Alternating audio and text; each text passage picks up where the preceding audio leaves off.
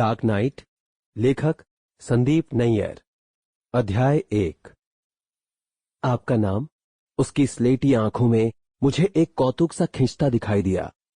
मुझसे मिलने वाली हर लड़की की तरह उसमें भी मुझे जानने की एक हैरत भरी दिलचस्पी थी। काम। आईजी इंटरनेशनल एयरपोर्ट के प्रीमियम लाउंज की गद्देदार सीट में धंसते हुए मैंने आराम से पीछे की ओर पीठ टिकाई। हम दोनों की ही अगली फ्लाइट सुबह थी। सारी रात थी हम दोनों के पास एक दूसरे से बातें करने के लिए। अब सॉरी, काम नहीं, नाम। जी हां, मैंने नाम ही बताया है। मेरा नाम काम है। थोड़ा अजीब सा नाम है, पहले कभी ये नाम सुना नहीं। उसकी आंखों का कौतुक थोड़ा बेचैन हो उठा। नाम तो आपने सुना ही होगा, शायद भूल गई हो। अब याद नहीं कभी ये नाम सुना हो। आपके एक देवता हैं, कामदेव। थोड़ा आगे झुकते हुए मैंने उसके खूबसूरत चेहरे पर एक शोक नजर डाली। काम और वासना के देवता, रूप और श्रृंगार की देवी रति के पति। उसका चेहरा ग्रीक गोल्डन अनुपात की कसौटी पर लगभग 90% खरा उतरता था। ओवल चेहरे पर ऊंचा और चौड़ा माथा, तराशी हुई नाक, भरे हुए होंठ और मजबूत ठुड्डी और जॉलाइन, सब कुछ सही अनुपात में लग रहे थे। उसकी आंखों की शेप लगभग स्कारलेट जोहानसन की आंखों से थी और उनके बीच की दूरी एंजेलिना जोली की आंखों के बीच के गैप से शायद आधा मिलीमीटर ही कम हो। वो लगभग 27-28 साल की काफी मॉडर्न लुकिंग लड़की थी। स्किनी रिप्ड ब्लू जीन्स के ऊपर उसने ऑरेंज कलर का लो कट स्लीवलेस टॉप पहना हुआ था। डार्क ब्राउन बालों में कैरेमल हाइलाइट्स की ब्लेंडेड लेयर्स कंधों पर झूल रही थी। गोरे बदन से शेरिल स्टॉर्म फ्लावर परफ्यूम की मादक खुशबू उड़ रही थी। फिर भी या तो कामदेव के जिक्र पर या मेरी शोख नजर के असर में शर्म की कुछ गुलाबी आभा उसकी आंखों से टपक कर गालों पर फैल गई।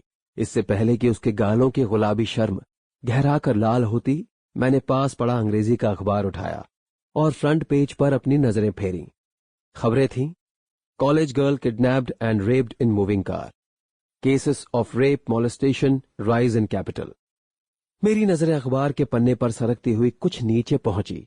नीचे कुछ दवाखानों के इश्तिहार थे। Regain sexual vigour and vitality, increase sexual drive and stamina. अब मगर ये नाम कोई रखता तो नहीं है, मैंने तो नहीं सुना। उसके गालों पर अचानक फैल आई गुलाबी शर्म उतर चुकी थी, क्योंकि अब कामदेव की जगह हकीमों और दवाओं ने ले ली है। मैंने अखबार में छपे मर्दाना कमजोरी दूर करने वाले इश्तिहारों की ओर इशारा किया। शर्म की गुलाबी परत एक बार फिर उसके गालों पर चढ़ आई। सच तो यही है कि यह देश अब कामदेव को भूल चुका है।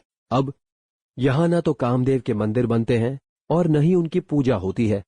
कामदेव अब सिर्फ ग्रंथों में रह गए हैं, उन ग्रंथों में जिन्हें समाज के महंतों और मठाधीशों को सौंप दिया गया है। ये महंत बताते हैं कि काम दुष्ट है, उद्दंड है। इन्होंने काम को रति के आलिंगन से निकालकर क्रोध का साथी बना दिया है।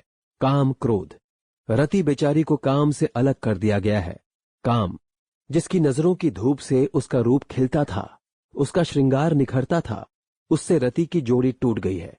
यदि काम रति के आलिंगन में ही संभला रहे तो शायद क्रोध से उसका साथ ही ना रहे। मगर काम और क्रोध का साथ ना रहे तो इन महंतों का काम ही क्या रह जाएगा। इन महंतों के अस्तित्व के लिए बहुत जरूरी है कि काम रति से बिछड़कर क्रोध का साथी बना रहे। अब मैं मजाक नहीं कर रहा। आपके देश में काम को बुरा समझा जाता है, दुष्ट और उद्दंड। आपको काम को वश में रखने की शिक्षा दी जाती है, इसलिए आप अपने बेटों का नाम काम नहीं रखते। आप भला क्यों दुष्ट और उद्दंड बेटा चाहेंगे? वैसे कामदेव की कहानी तो आप जानती ही होंगी। मैंने अंदाजा लगाया, जो गलत था। नहीं, कुछ खास नहीं पता। कामदेव ने समाधि में लीन भगवान शिव का ध्यान भंग किया था और क्रोध में आकर भगवान शिव ने उन्हें भस्म कर दिया था। इसीलिए आप भगवान शिव को कामेश्वर कहते हैं। पालन करने वाले ईश्वर को आपने भस्म करने वाला बना दिया। ओह, तो फिर रति का क्या हुआ? स्त्री होने के नाते उसमें रति के लिए सहानुभूतिपूर्ण उत्सुकता होना स्वाभाविक था। रति काम को जीवित कर सकती थी। काम को और कौन जीवित कर सकता है रति के अलावा? काम तो रति का दास है। विश्वामित्र के काम। Sample complete. Ready to continue?